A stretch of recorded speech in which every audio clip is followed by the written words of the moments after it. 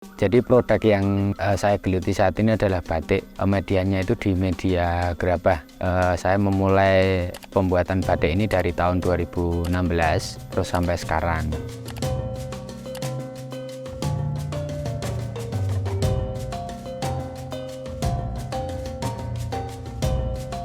Untuk ide pembuatan gerabah sendiri itu karena memang sebelumnya dari awal kita merintis itu kayu, kain, batik kayu dan kain. Cuma seiring berjalannya waktu kita melihat pasar gerabah itu cuma polos-polos saja. Nah, kita membuat kreasi batik gerabah itu ternyata diminati pasar sampai sekarang. Untuk gerabah sendiri itu kita ngambilnya itu gerabah yang food grade atau bisa digunakan untuk makan, dan cat yang kita gunakan itu juga food grade. Jadi kita batik menggunakan cat, tapi catnya juga maksudnya bisa digunakan untuk makan, dan itu kayak produk bioindustri kayak gitulah. Jadi aman digunakan untuk makan dan untuk minum.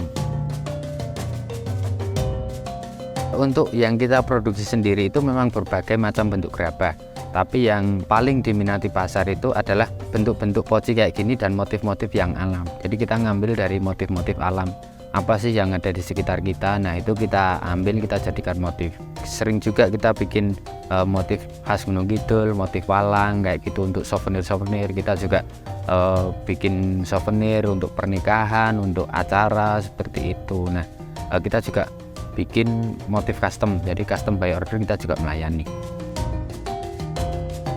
Semenjak saya produksi batik ini sudah kirim ke berbagai kota, jadi ada yang paling dekat itu Jogja, Solo, terus ada di Semarang juga ada, Malang, Jawa Timur, terus ada juga di Jakarta dan Tegal. Dan beberapa kali saya juga diundang ke instansi sebagai narasumber batik. Pemberdayaan sendiri atau yang membantu batik itu ada warga sekitar sini, terus ada juga keluarga. Ketika corona itu banyak sekali ibu-ibu yang di sini itu kehilangan pekerjaannya. Jadi kita tarik semua, terus kita ajari batik. Akhirnya sekarang mereka punya mata pencaharian.